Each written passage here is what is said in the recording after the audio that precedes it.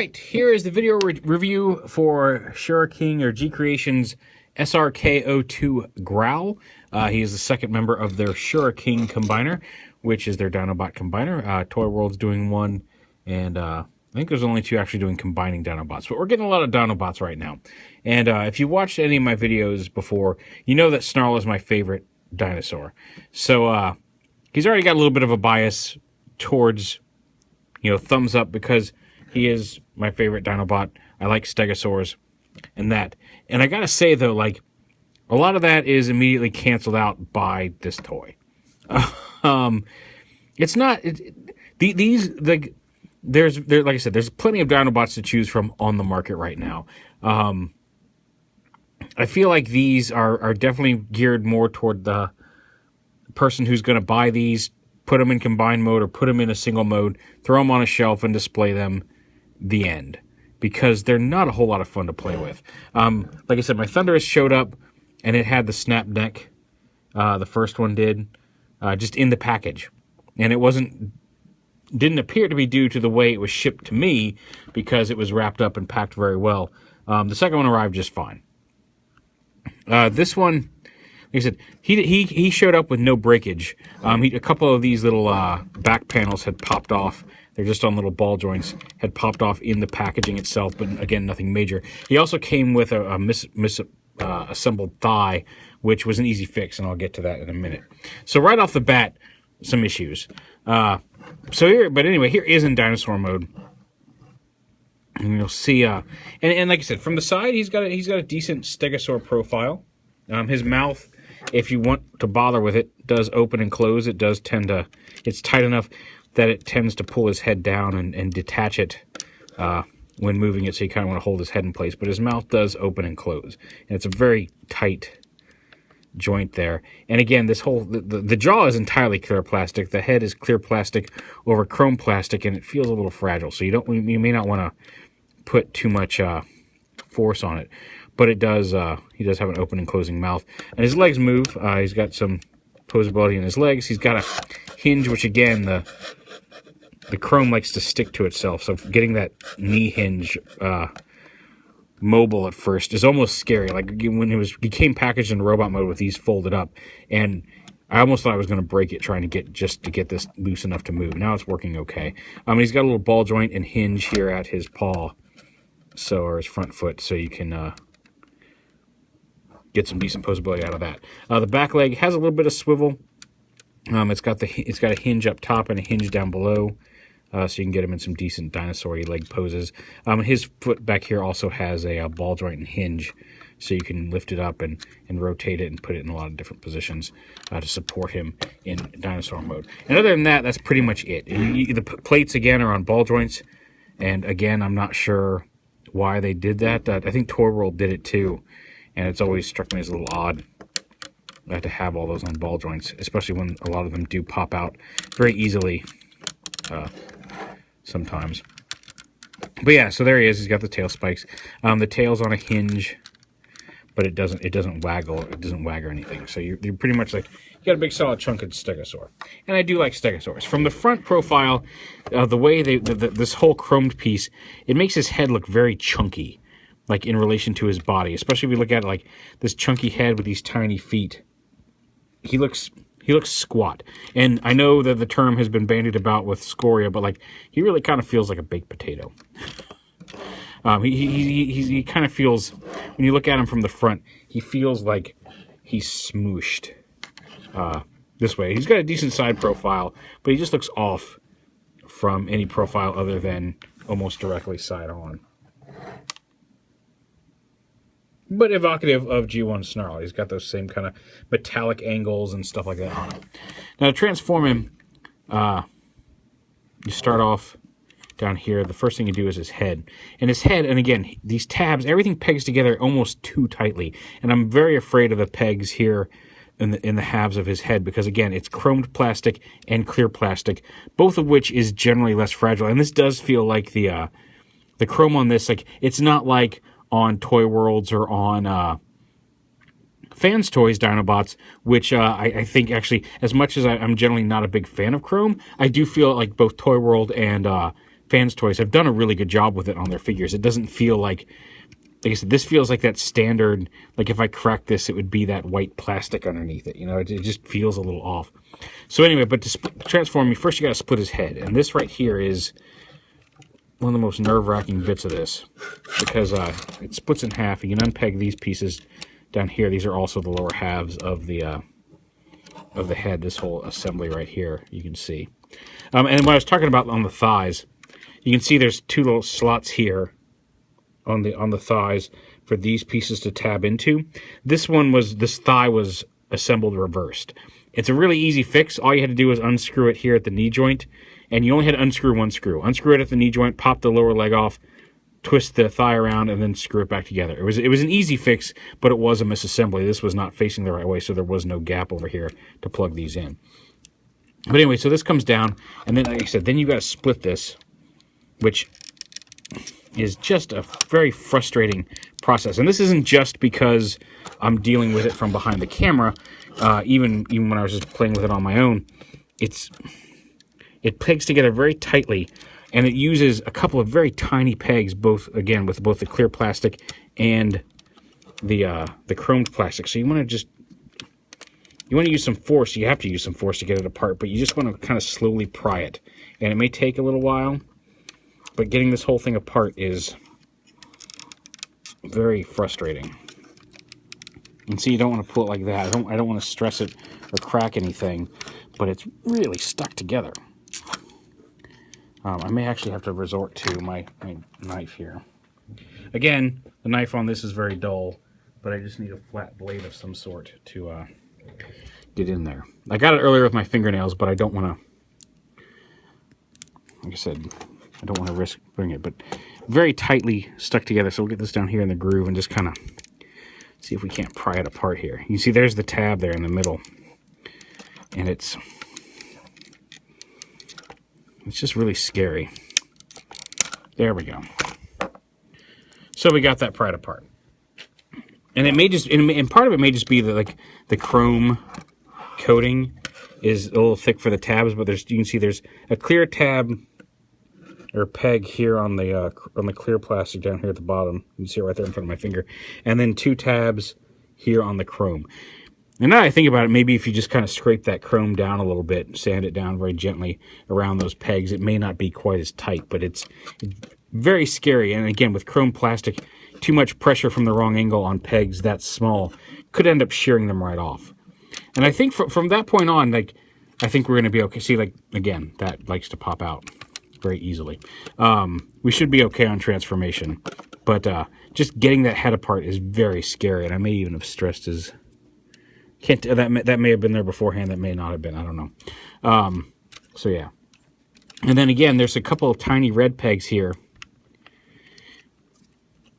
that you need to unhook the sides from. There's a little red peg right inside here. So you got to split these, and again, these are all tabbed together fairly tightly. There's no real good place to grab it, but you got to pry this. There you go. You pop that off of that tiny little red tab there. And again, it plugs together okay. It's just I worry about with the amount of force you need to snap this stuff apart, that those little pegs may not hold up to the stress of repeated transformations, that both there and in the head. Once you get the legs apart, you just flip them around. And this is what I was talking about. If you have a reversed thigh, this screw right here, you just unscrew this, and as long as this is open and not pushed up against the side here, you have it like this, you just pry that apart. There's a little post that goes through there, pop it off, twist the thigh around up here at this joint, pop it back together and screw it together. It's a real easy fix. A little annoying that I had to fix it in the first place, but not difficult to do. And we'll bring those around. Okay, and then the head comes down. I gotta get the whole piece around like that. And the head's going to flip in to the body like that. And before you do that, this piece comes around, folds down. And then this piece is going to tab onto here. It kind of forms the inner foot part. So you just bring that around, tab it onto there. And then bring the head down, and it just kind of folds up kind of into the leg at an angle and just kind of sits there inside the foot. And same on this side. Flip this down, fold it around and peg it into place. Come on. There we go. There we go. And then bring the head down and flip this whole piece into the leg. Like that. Then the hips, flip them up like that. Bring them down. And then you rotate this whole waist piece around. There's a little peg up here. A little tab, hinge. So you rotate the whole waist piece around, and then you snap the waist piece back together, and then this little tab tabs into the waist to lock it in place. Let me see if I can show that again. I think that may have been off to the side of the camera. So like this, rotate this around, and then this little tabs right up here into the slot on the waist to lock the legs in place. The dino legs, of course, just fold up like this.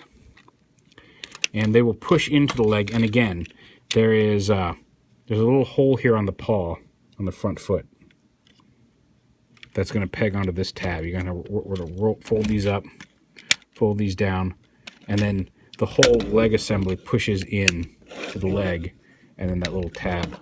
You can see there's a little groove for the paw to fit in right there on the side of the leg, which is nice that it locks that down.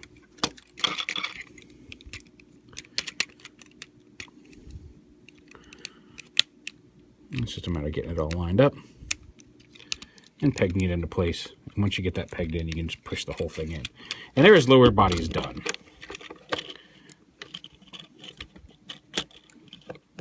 He does like to flip back a lot, but again, maybe these, yeah, because these don't actually plug in, but those will support the legs a little bit. So onto the upper body. Let's bring this up a little bit so we can see the top part of that. So the leg, the tail comes back and splits. And the tail's a little tight, but again, because it's got nice thicker pegs back here to hold it together. And it's not the chrome plastic, so it comes together it comes apart a lot easier. So you split that up. Here's his combiner peg here in his back. I'm not entirely sure if this is supposed to be up or down in this configuration.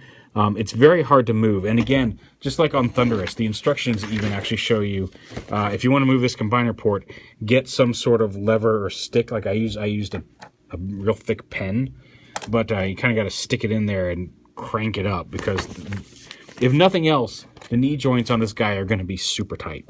So yeah, these, and you can see there's a hinge here. These come down a little lower and rotate up. And you can leave them up if you want. It's entirely up to you. Depending on where you want them to sit. I find that if you have these raised all the way up, they sit a little high on his shoulders for robot mode, but you can put them in whatever position you wish. Bring those down. And again, much like the old toy, this whole piece comes down. This is separating, but I think that's for foot mode. And kind of falls in between, comes down between the tail pieces. And sits right there. Open up his chest, flip his head out. Again, be careful with that neck. After Thunderous, I'm very careful with the necks on these guys, but flip his head out, close the chest up. And again, see, you can kind of see here, this piece sits on the black bar underneath there. But that black bar, no matter which position it's in, it hits this combiner port. And I find that folding the combiner port down like this lets this sit a little lower. No matter how you do it, it sits a little higher behind his head than I generally like on Snarl. But I think it gets a couple millimeters lower if you have that combiner port lowered when you fold this down.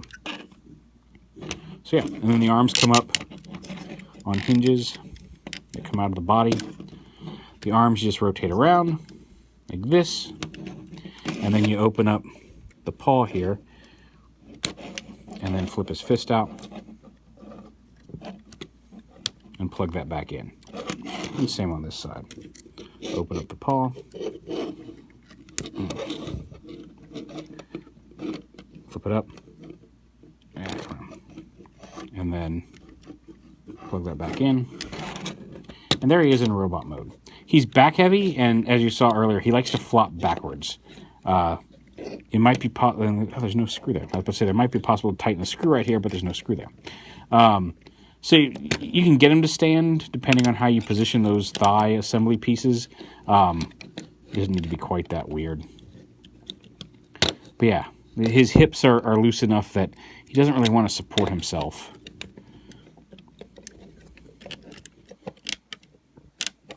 And there you go. Now the robot feet can actually come out a little bit.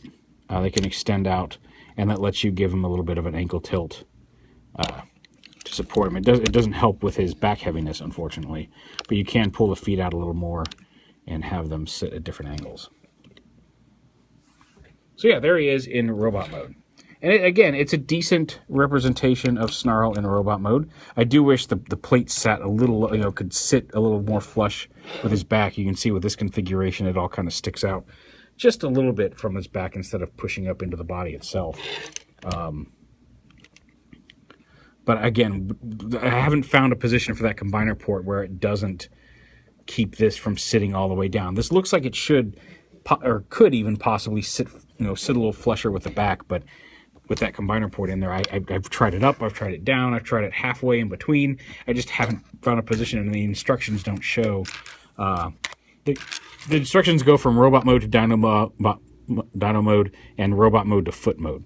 So it doesn't really show you what to do with that port. The only picture of the combiner port in the entire thing is that one I showed you of use a lever to move it. So yeah. So getting him to stand can be a little bit of a trick. It's not horrible. He will stand, but he is back heavy. But he looks okay.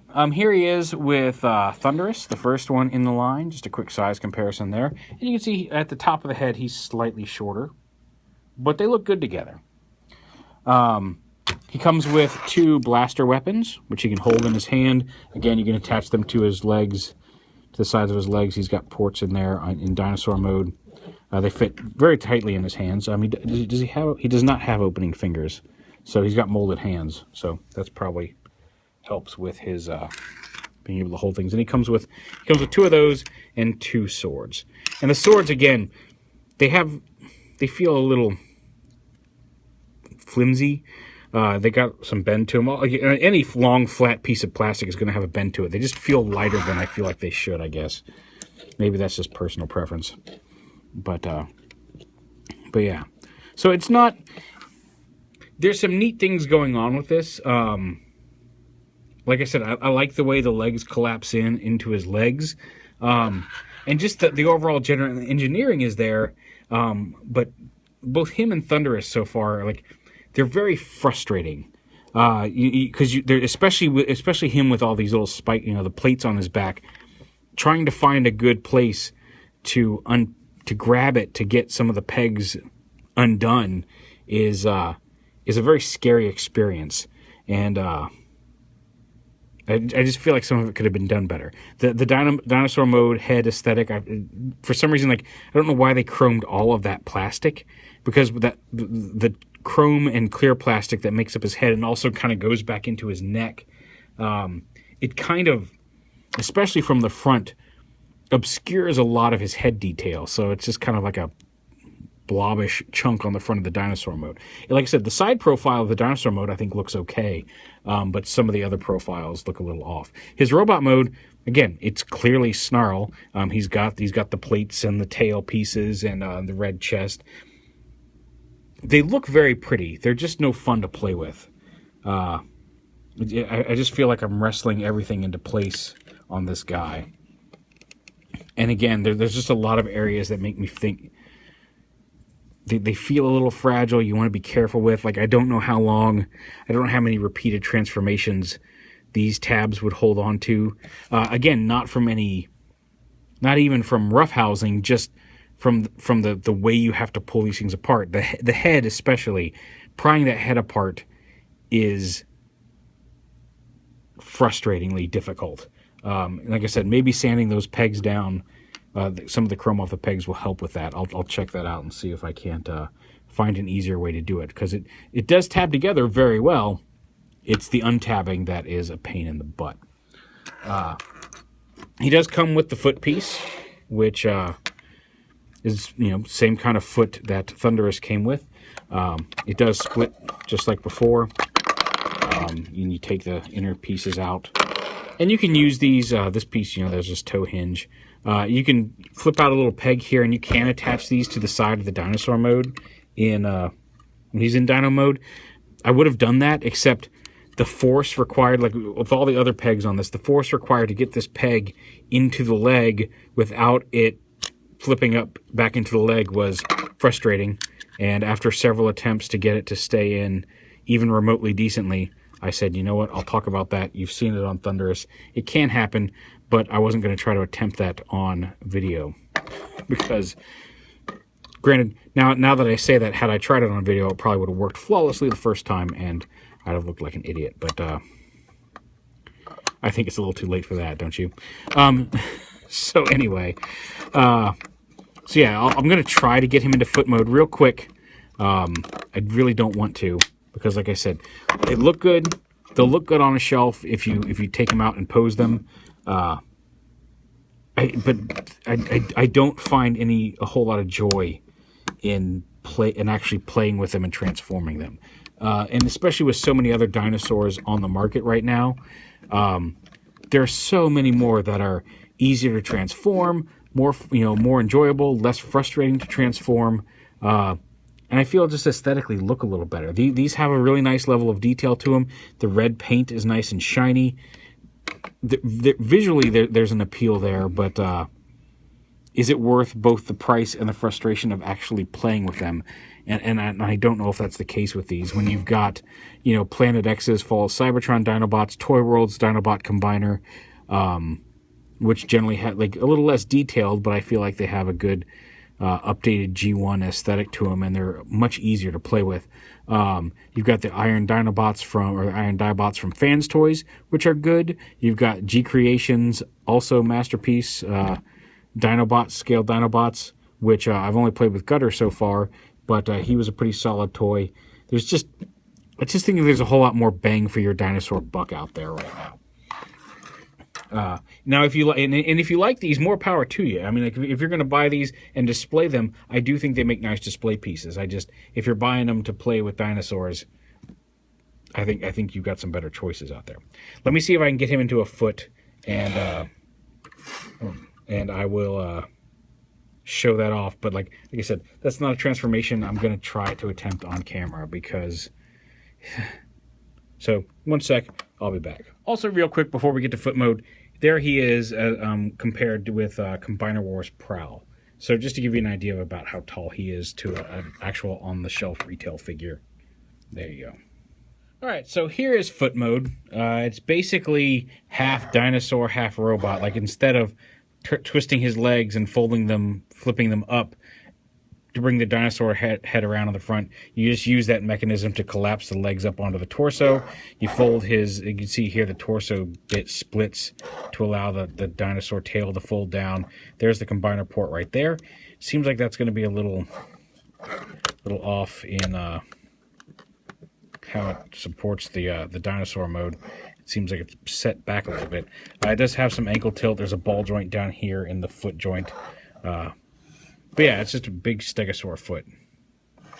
It looks kind of, like I said, it's big. I have no doubt that this is going to be, when all combined, very impressive on the shelf. It's just, getting him to foot mode was just as frustrating as I was expecting it to be, and all that stuff. And again, just to get a comparison for just how big and chunky this foot is, there's Deluxe Combiner Wars Prowl. It's a big hefty foot. This guy's going to be a giant combiner. And I understand, he'll be an impressive shelf piece, but I just feel after playing with a couple of these, he is going to be a shelf piece. I don't know that there's going to be a whole lot of fun in repeated transformations of these guys. But yeah, there is Shura King's SRK-02 GROWL. I don't know if I showed it off, but he comes in a big shiny metallic box, just like Thunderous did. So, yeah, there you go. I would like to give him the I feel like there are better snarls out there. You know how I feel about snarl. I do love snarl, but I would definitely consider your investment in this combiner, because if you're just looking for a nice display piece on your shelf, and that's worth that money to you, I think by all means you can get it. If you're looking for some fun Dinobots, I just don't know that these are it.